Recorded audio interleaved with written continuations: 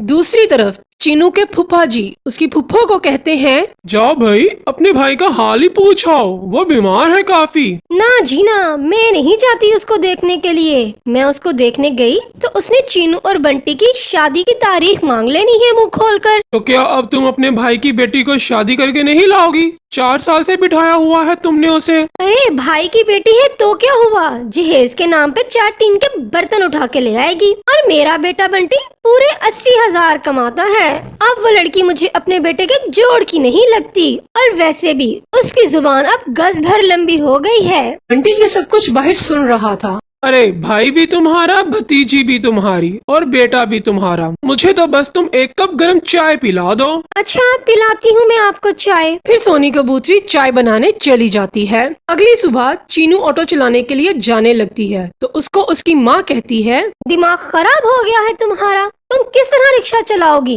माँ, घर की सारी जमा पूंजी तो अब्बू के इलाज और दवाइयों में लग गई है और टीटू को आपने इतना बिगाड़ रखा है कि वो तो कोई काम करने को तैयार नहीं। अब इस घर का खर्चा चलाने के लिए किसी को तो काम करना होगा ना। बिल्कुल अकल से पैदल हो तुम, एक बार भी नहीं सोचा कि लोग क्या कहेंगे? क्या माँ, जो कहेगा ना माँ उसे कहिएगा कि किचन में घी का डब्बा डाल के दे। अब्बू की दवाइयों की पर्ची उसे पकड़ाइएगा और कहिएगा कि दवाई ला के दे। फिर करता रहे बकवास जिसको जो करनी है। घर में कुछ खाने को नहीं है और आप कह रही हैं कि लोग क्या कहेंगे। फिर चीनू अपने पापा के पास जाती है और कहती है, मुझे माफ कर दीजिएगा अब्बू, मुझे पता है आप मुझे रोकना चाहते हैं लेकिन रोक नहीं पाएंगे क्योंकि ये तो आप मुझसे बेहतर जानते हैं। अब्बू, पढ़ाया नहीं आपने मुझे, अगर पढ़ाया होता तो आज कोई अच्छी जॉब कर लेती। पर कोई बात नहीं, अभी भी मैं वो काम हंसी खुशी करूंगी जो मेरे अब्बू ने सारी जिंदगी किया है। ये कहकर चीनू वहाँ से चली जाती है। जब वो जाने लगती है तो टीटू आ जाता है और उससे कहता है, कहाँ जा रही हो तुम? चुप करके घर बैठो। खबरदार, जो तुमने ऑटो चला के पूरे जंगल में हमारी बेइज्जती की तो। ठीक है, ये लो पकड़ो चाबी, जाओ जाके पैसे कमा के लाओ। अम्मी, मैं कह रहा हूँ इसे चुप करवा लें, वरना कुछ नहीं। तुम कुछ कर नहीं सकते, कुछ कमा नहीं सकते तो वरना क्या? चुपचाप जाके अपने घोंसले में बैठो, बड़ी तुम्हारी गैरतें जाग रही हैं। ये कहकर चीनू वहाँ से चली जाती है। वो जाकर अपने अब्बू को ऑटो रिक्शा साफ करती है और पहले दिन कमाने के लिए निकल जाती है। चीनू रेलवे स्टेशन के बाहर खड़ी होती है। वहाँ बाकी परिंदे भी खड़े होते हैं और उस पे हंस रहे होते हैं। अरे अब ये लड़की भी ऑटो चलाएगी? और जाओ जाओ घर पे बैठो, ये लड़कियों के काम नहीं है। चीनू उन सब की बातों को नजरअंदाज कर देती है तो वहाँ एक चील आता है। ये ऑटो तुम्हारा है? जी मेरा है। मुझे सुंदरवन के जंगल जाना है, चलोगी? जी जी क्यों नहीं, चले। कितने पैसे लोगी? जी 1 सेकंड। चीनू मोबाइल पर लोकेशन देखती है। ये तो काफी दूर है। आप 400 दे दें। 400? ज्यादा है तो आप 350 दे दीजिएगा। 400। चीनू खुशी खुशी ऑटो रिक्शा चलाने लगती है। चील आगे बैठ जाता है। थोड़ी दूर जाके चील चीनू को कहता है, रोको रोको, ऑटो रोको। क्या हुआ सर? चील ऑटो से निकल जाता है सुने तो। और फिर चील ऑटो रिक्शा में पीछे वाली सीट पर बैठ जाता है और चीनू से कहता है, सबक नंबर 1, अकेला लड़का या पंछी सवारी हो तो उसे पीछे बिठाना, आगे नहीं। आगे बस लड़की पंछी को बिठाना। बहुत मजबूरी हो तो बिठा लेना, लेकिन बस मजबूरी में। सबक नंबर 2, पीछे बैठी हुई सवारी से मुड़कर कभी बात नहीं करनी। शीशे में देखकर बात करो और आंखों में आंखें डालकर देखो। सबक नंबर 3, पैसे हमेशा ज्यादा बोलो, बहस करने दो सवारी को। तुम खुद पैसे कम मत करो। तुम्हें पता है सुंदरवन जंगल के किराया कितना है? कम से कम 600 है और तुम बुद्धू मुझे 350 में वहाँ लेके जा रही हो। आप मेरी पहली सवारी है ना अंकल, आपसे काम शुरू कर रही हूँ।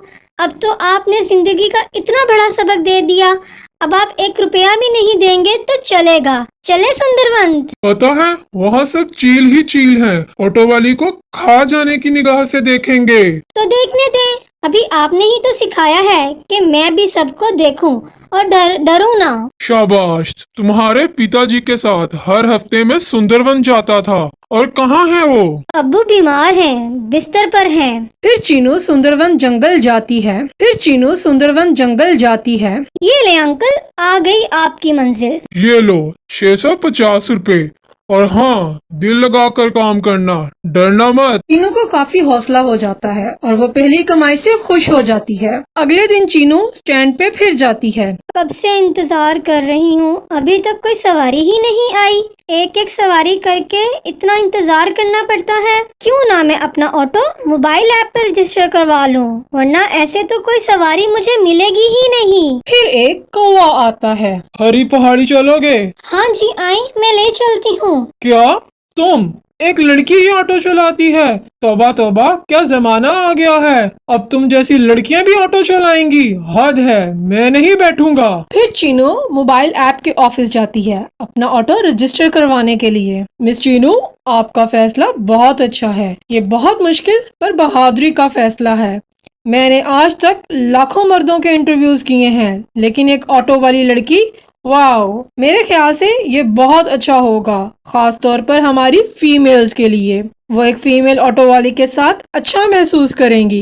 जी मुझे भी ऐसा ही लगता है, इसलिए मैं अपना ऑटो आपकी कंपनी के साथ रजिस्टर करवाने आई हूँ। जी जी जरूर, हम रजिस्टर करेंगे। आपको 30,000 पे सिक्योरिटी देनी होगी पहले। क्या? लेकिन मेरे पास तो पैसे नहीं है। तो हम आपका ऑटो अपनी मोबाइल ऐप पर रजिस्टर नहीं कर सकते, सॉरी। चीनू परेशान होकर वहाँ से चली जाती है। घर जाती है तो उसकी माँ उसको कहती है, मेरा तो ख्याल है तुम रहने दो, ये सब तुम्हारे बस की बात नहीं है। नहीं माँ, आप परेशान ना हो।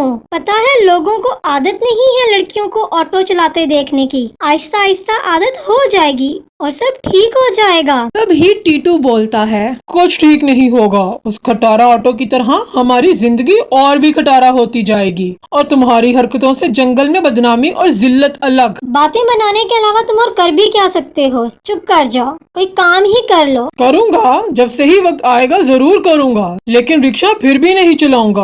और ये पापा का टूटा हुआ खटारा रिक्शा तो कभी भी नहीं। मुझे भी सड़कों पे जलील होने का शौक नहीं है, मजबूरी में ये सब कुछ कर रही हूँ। और मेरी मजबूरी क्या है तुम्हें बहुत अच्छे से पता है। तुम्हारी जितनी पढ़ी लिखी नहीं हो ना,